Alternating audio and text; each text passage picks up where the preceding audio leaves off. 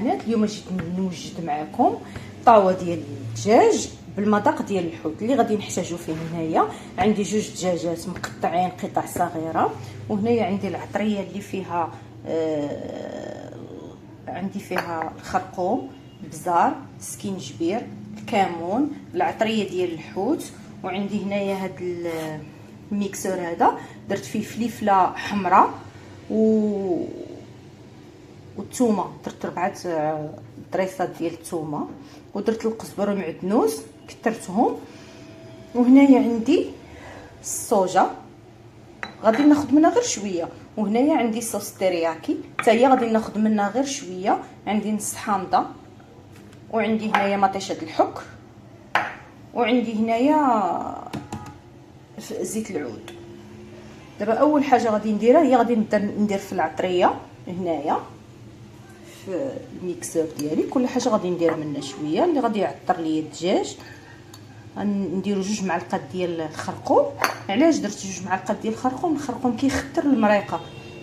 وهنايا غادي ندير شي شويه ديال البزار، هاد راه معلقه صغيره باش كنهزرها ماشي كبيره. هنايا عندي سكينجبير غندير حتى هو من 2 معلقات حيت كيجي زوين مع الدجاج. كمون حتى هو غادي نديروه. كمون هو اللي كيعطينا داك المذاق بلا راه حنا دايرين طاوه ديال الحوت. صافي درت 2 معلقات غير حيت ما كتهش ليا المعلقه مزيان، داكشي علاش كنبان بحال راه درت بزاف. هنايا غادي ندير مع 2 معلقات ديال التخليطه ديال عطريه الحوت، وغادي ندير هنايا واحد العصيره د الحامض. ضروري من الحامض سواء مع الحوت سواء مع الدجاج كيجيو زوينين. هاد دوك العطينات اللي كتشوفوا كيطيحوا ليا في الميكسر راه غادي نحيدهم، ما غاديش نخليهم.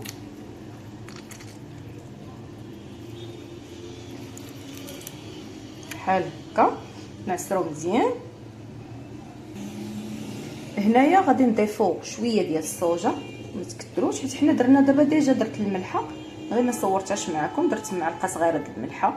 غندير شويه الصوجا كتبنن لينا الشرموله. وهنايا غادي ندير الترياكي. الترياكي كتعطينا واحد شويه الحار مع شويه الحلاوه. حنا ما نكثروش منها بزاف، نديرو غير شي شويه بحال هكا.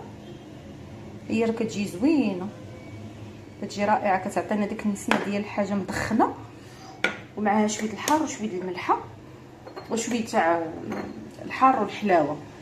صافي هنايا غادي نضيفو مطيشه الحك حتى هي كذلك. وهنايا ضفنا مطيشه الحك معلقه كبيره، وغادي نضيف زيت العود. زيت العود غير ديروها زوينه مزيانه، بعدا ما غدير لكم. صافي هنايا غادي نسد هادي ديالتي وغادي ندير لها على الراس ديالها باش نطحن.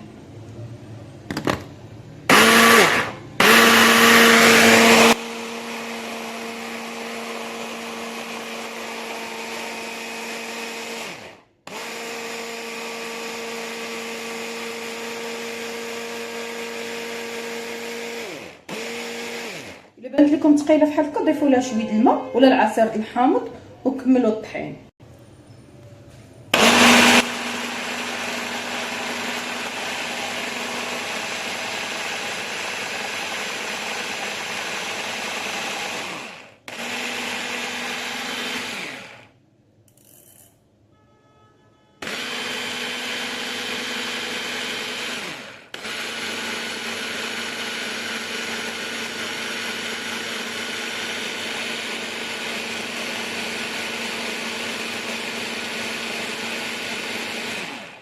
صافي هنا كنحسوا ان العناصر ديالنا طحنات واندمجات. غادي نقيو سطح العمل من القراعي اللي حاطين، وغادي نبداو نشرملو في الدجاج ديالنا باش نديروه في الطاوه. عاد باش نقطعوا عليه الخضيرات اللي غنديرو. انا ما غنديرش معاه خضيرات بزاف، غندير معاه غير شي شويه البصله وفليفلات ومطيطات هكا رونديلات مع الزيتون والحامض فقط، وغادي ندفعوا الفران يطيب.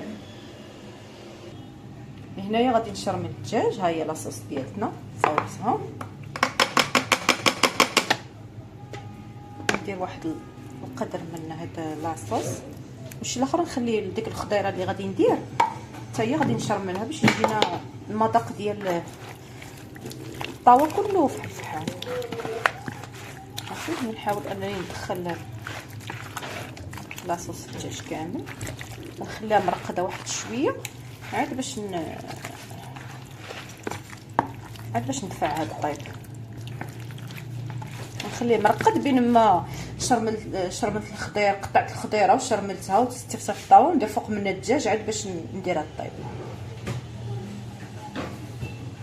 هنا الخضر ديالنا قطعتهم كاملين، فيها غير بصيله وبطاطا ومطيشه بصله وبطاطا ومطيشه والفلفله حمراء، وغادي ندير فوق منهم هاد شرموله هادي بحال هكا بحال هكا. صافي نحاول انني نخلطهم باش ندخل فيهم العناصر كاملين وتجينا حتى الخضره ديالتنا داخل فيها المذاق اللي كاين في الدجاج. ونحاول نعاود نستفها بحال هكا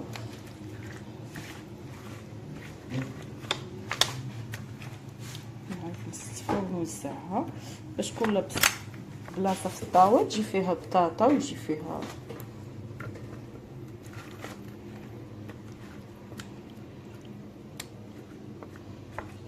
صافي.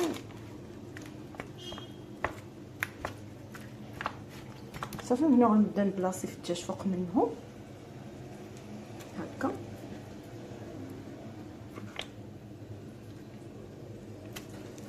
هنا راه اكثريه هاد الدجاج انا عندي فيه غير الفخاد وشي شويه من الزبده جنيوحات، يعني كامل الدجاج رطب دغيا غيطيب وعندي اصلا في الثلاجه.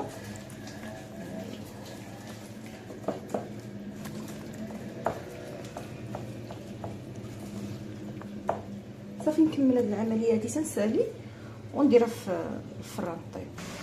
هنا دخلت الطاوه ديالتي كطيب كيف ما كتشوفوا، ها هي غنخليوها حتى طيب باش نوريكم الشكل النهائي ديالها وكيفاش غادي تجي. كتجي رائعه ولذيذه وبنينه، جربوها وردوا عليا الخبر في التعاليق. وهنايا في هذه الاثناء بين ما طابت لينا الطاوه بغيت ندير واحد الطاوه ديال الباستيشو غادي ندفعها حتى هي للفران اللي غادي نستعمل فيها البطاطا. هنايا راه كنقلي فيها ديال الكميه هذه ديال البطاطا، نتوما غادي تستعملوا الكميات على حسب الاشخاص اللي عندكم. وهنايا عندي البيشاميل، كلنا كنعرفوا نصاوبوا البيشاميل اللي كيدار بالحليب والزبده والمايزينا ولا الدقيق، الا ما عندكش المايزينا ديري الدقيق والملحه والبزار صافي، وكنخليهم هكا يغليو. انا درت فيه زبده حيوانيه، انت ما عندكش دير المارغرين ولا كاع حتى الزيت، راه كيديروا سميتو البيشاميل كيديروه حتى بالزيت ولا زيت العود. المهم غنخليوها تعقد لينا، ما نغفلوش عليها باش ما تحرقش لينا من التحت. غنخليوها تعقد لينا مزيان وتندمج فيها العناصر وندوقوها واش بنينه. الا ما كانت خاصها الملح نزيدو. وعاوتاني ما ننساوش بان الباستيشو راه كتحتاج الفرماج، والفرماج كيكون مالح، يعني خاصنا نكونوا كنديروا الملح، خاصنا نفكروا اننا غادي نديروا حتى الفرماج وغيكون مالح باش ما تجيناش الماكله عاوتاني مالحه اكثر من القياس، ما كتجيش زوينه في المذاق. صافي غنستمر هنايا في التحريك بين ما تقلات لينا في البطاطا ديالتنا. ها هي باش نديروا الطرحه الثانيه ديال البطاطا. وفي هذه الاثناء انا مقطعه هنايا الدجاج، غادي نشحرو غير بالزبده وشويه ديال زيت العود والملحه والبزار فقط. انا ما بغيتش تكون فيها حتى شي نسمه حيت غنديرها بالبيشاميل، ما بغيتش تكون حتى شي نسمه من غير الفرماج والبيشاميل. وهنا عندي لادان فيمي، هذا اختياري، بغيتو ديروا فيها لادان فيمي ديروه، ما بغيتوش ديروه اقتصروا غير على الدجاج، ولا كاع ما بغيتوش ديروا الدجاج ديروا فيها لادان فيمي.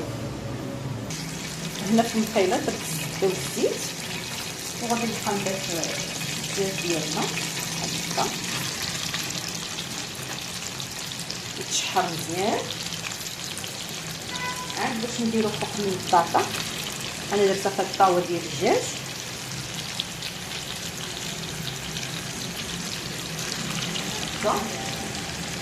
كما كنقول لكم ديما الكميه ديال المقادير على حسب الاشخاص اللي عندكم. هنايا من بعد ما طابلين الدجاج ديالنا والبطاطا ديالنا، فالبيشاميل ديالنا وجد ها هو. واخا تشوفوا البيشاميل فحال هكايا راه باقي غادي ندلقو بالكريمه.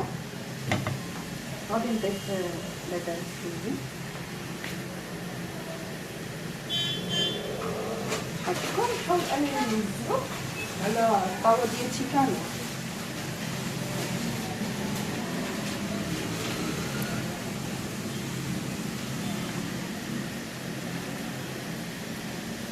هكا وندير حتى البيشاميل تنخلطو مع الكريمه.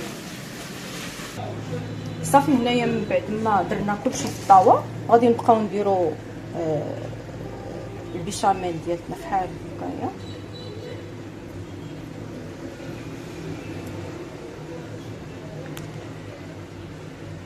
نوزعها كامله فوق الطاوه ديالتنا. هاد اللي كتشوفوا فحال شي حبيبات وسط من البيشاميل هذاك راه غير الفرماج درتو محكوك. يلا دابا درتو بقيت كنسقي فيها. صافي غنحاول ندير، انا مبغيتش ندير فيها شي شويه البيشاميل، درت فيها بزاف باش تجيني مسقيه. هي كتبغي تكون رطبه بالليسونس، ما كتبغيش تكون ناشفه باش تجي زوينه في الماكله. هنايا الطاوه ديالنا درنا فيها الموتزاريلا، ودابا غادي ندير فيها الفرماج الاحمر حتى هو. الموتزاريلا كتعطينا ديك التعليكه وكتعطينا كتجي بحال فيها كتجبد. وهاد الفرماج الاحمر كيعطينا البنه. غنتوما استعملوا نوعيه جيده ديال الفرماج الاحمر، ما ديروش اي فرماج. صافي بقى لي دابا غادي غندفع على الفران تحمر ليها غير الوجه ديالها، لان كلشي طايب هنايا ما غاديش ما نحتاجش انني نطيبها، بغيتي تحمر ليها الوجه ديالها صافي نخرجها. هذا هو الشكل النهائي ديال الطاوات ديالنا. هذه الطاوه ديال الدجاج بالزيتون على الشكل ديال الحوت بالمذاق ديال الحوت، وهذه الباستيشو اللي وجدت. كنتمنى تعجبكم الوصفه، جربوها بالصحه والراحه، والى اللقاء في فيديو قادم. ما تنسوش الاشتراك في القناه وديروا جيم وتبارطاجيو مع الاهل والاصدقاء والاحباب باش يوصلكم كل جديد، والى اللقاء في فيديو قادم ان شاء الله، ورمضان مبارك سعيد.